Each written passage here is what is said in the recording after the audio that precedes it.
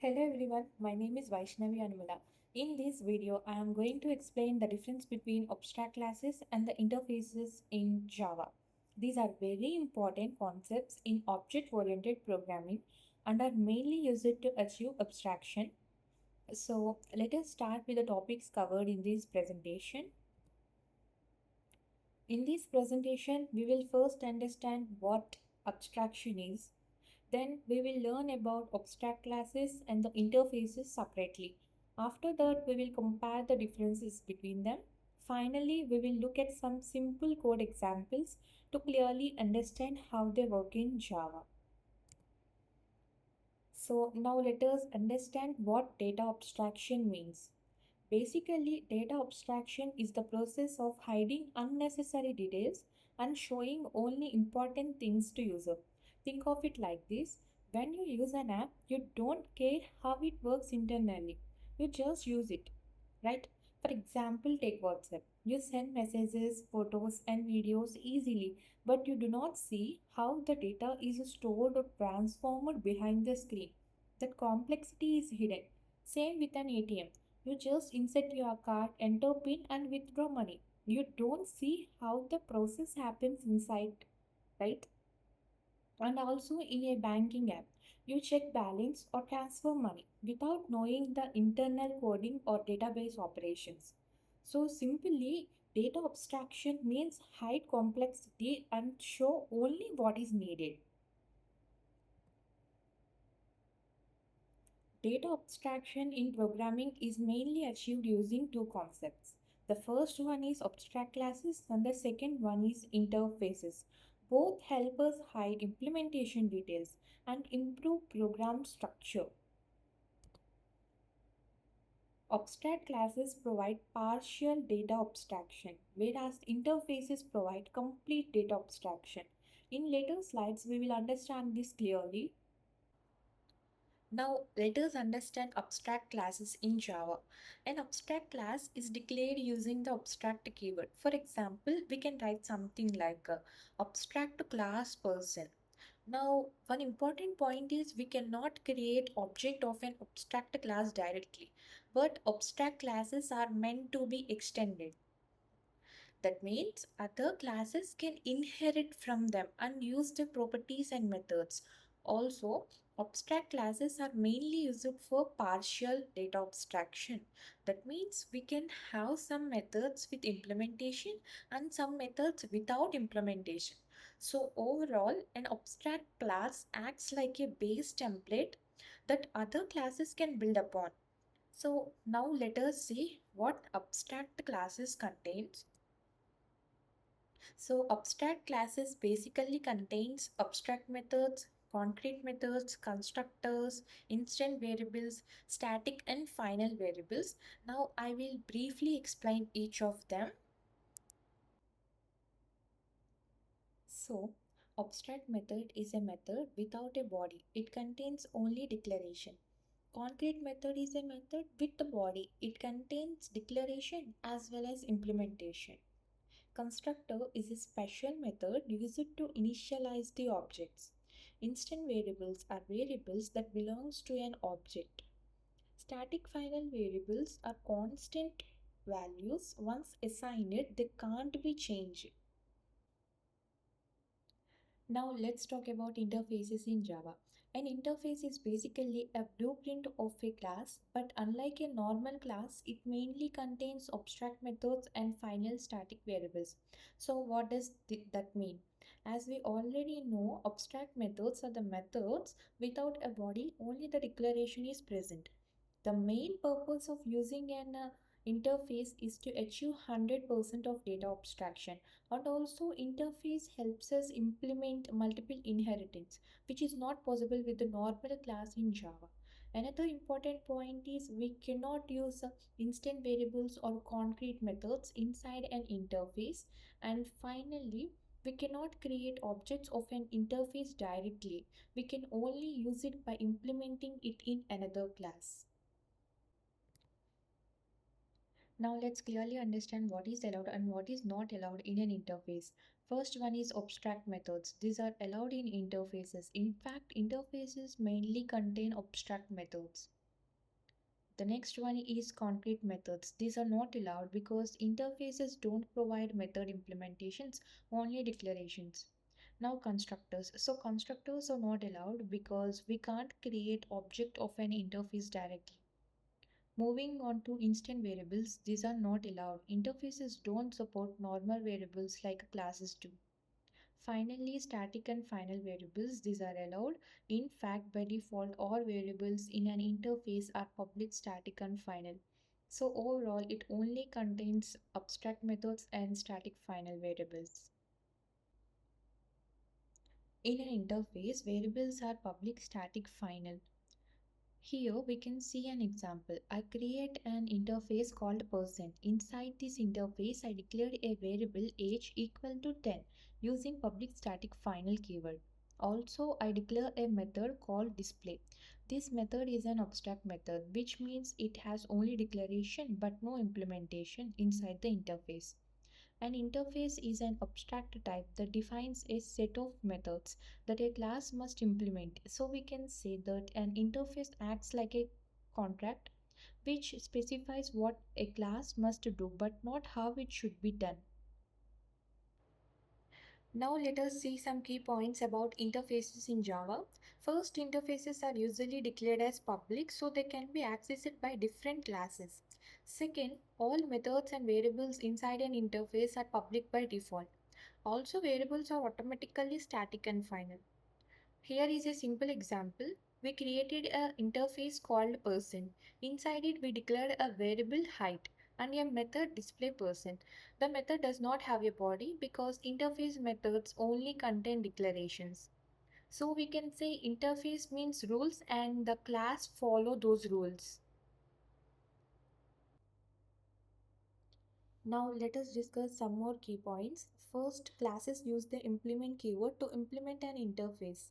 This means a class agrees to provide the implementation for all the methods declared in the interface.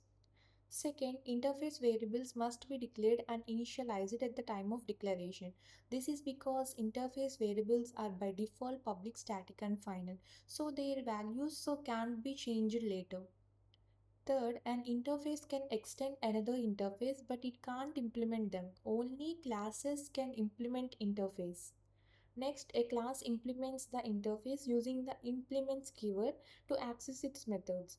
Finally, a class can implement any number of interfaces. This helps Java support multiple inheritance using interface. Now let us see the advantages of interfaces in Java. The first advantage is 100% data abstraction. Interfaces provide complete abstraction because it only contains abstract method. That means we only declare what a method should do but not how it works. The second advantage is multiple inheritance. In Java, a class cannot extend multiple inheritance, but a class can implement multiple interfaces. So interfaces helps us achieve multiple inheritance. The third advantage is security. Interfaces provide security because implementation details are hidden from the user. Only necessary method definitions are visible.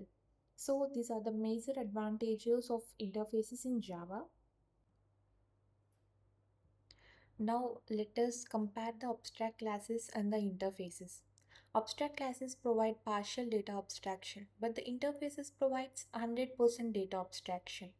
Abstract classes contains abstract and concrete methods, but the interfaces contains only abstract methods.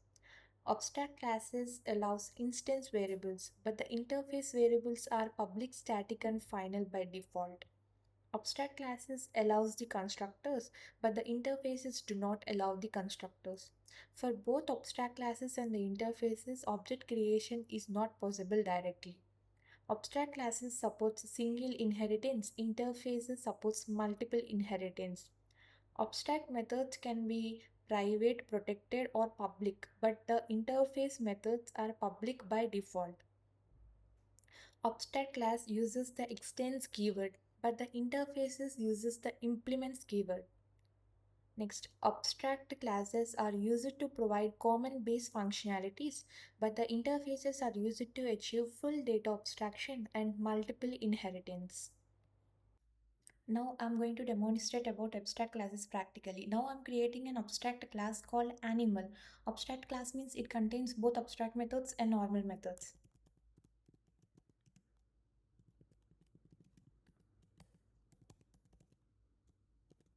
Now I'm creating an abstract method which does not contain any implementation.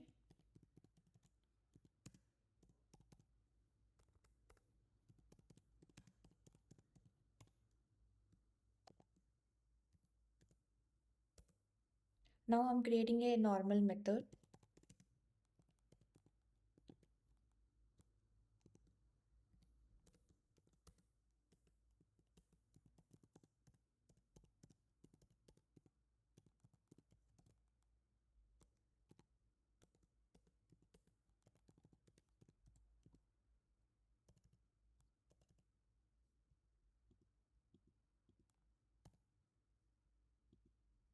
Now I'm creating a child class dog which extends animal.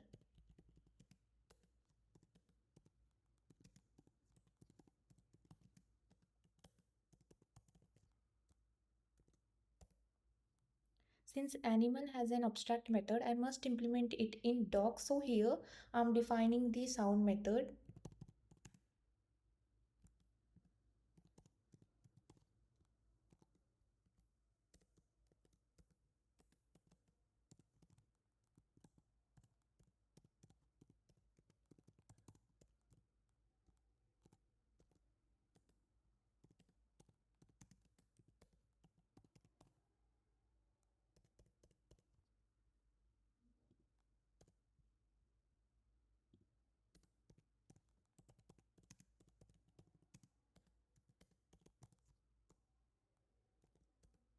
Now I'm creating main method to execute the program.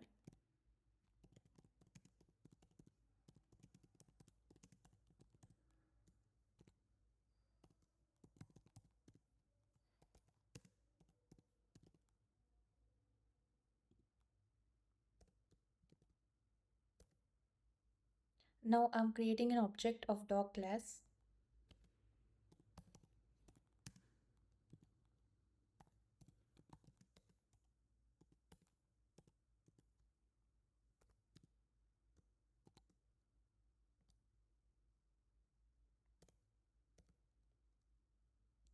Now I'm calling sound method which is implemented in a dog, and sleep method which comes from animal class.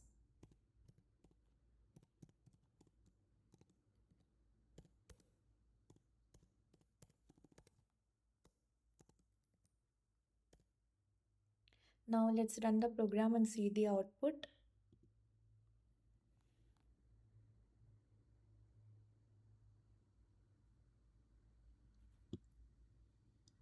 As you can see, dog barks come from dog class and sleeping comes from animal class.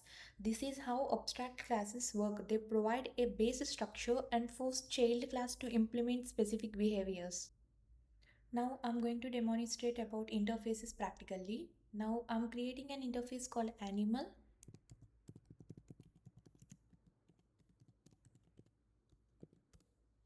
Here I'm declaring a method called sound which does not have any implementation, only declaration.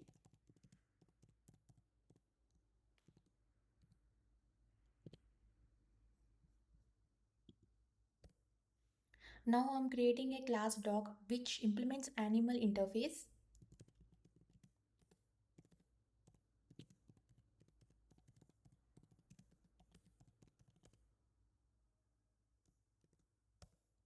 When we implement an interface, we must define all its methods.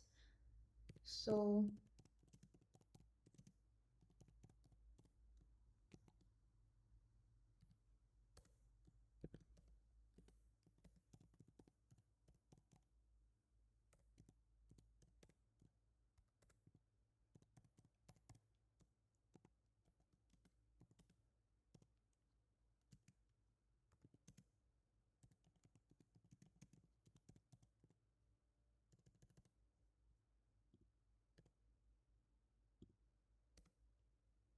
Similarly, I am creating another class cat.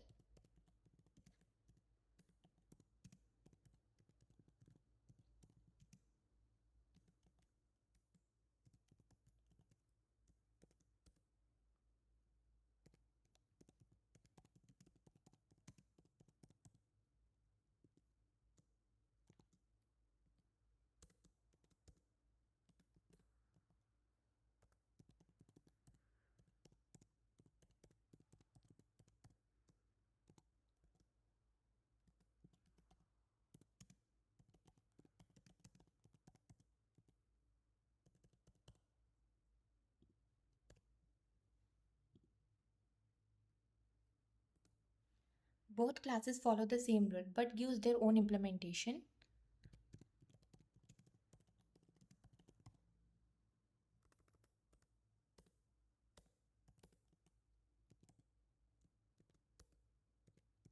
Now I'm creating the main method.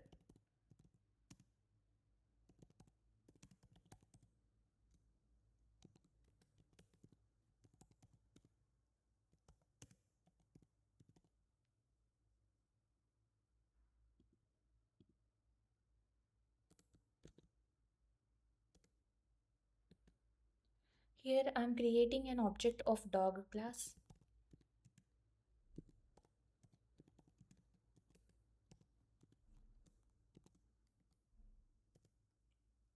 Similarly, I'm creating an object for cat class.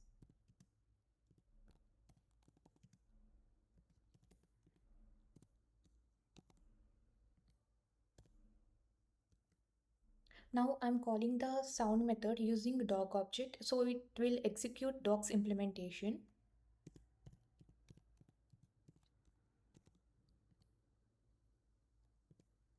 Now I'm calling sound method using cat object, so it will execute cat implementation.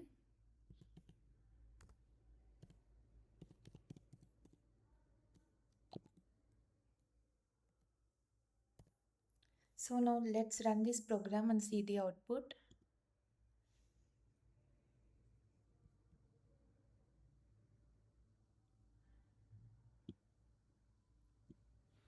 First we created dog object and called sound method, so it prints dog makes a sound.